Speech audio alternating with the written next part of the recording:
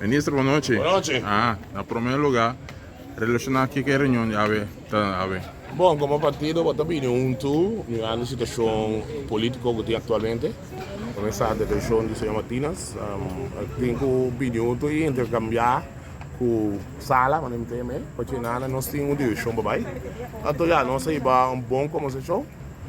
Mas é certo que eu tenho uma assim.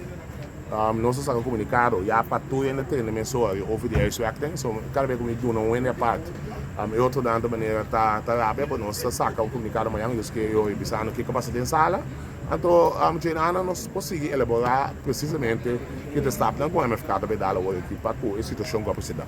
O que é isso que agora com o ministro do governo? Bom, é isso que sempre me sabe. Esse vai vir amanhã no comunicado, então como devemos ter que é tremendo, mas esse também suceder um comunicado já assina aí inteira a comunidade e também meio da comunicação tá essa aqui me está contendo com a Binito aqui não e aqui dá para ir para o resultado mas lamentavelmente me não vai ter roupa de estar no momento de Cuba para com a situação pero pelo menos nós lo comunicar essa aqui daí a fundo de nós assim que levar aqui que está passando também faz papel com outro membro da coalição ainda e tem no momento que não sabe bisa algo fundo não tá me na hora de notificar sei me por saúde tem um momento aqui quando bem com o ministro com esse juramento senhor Felen com Yamanica.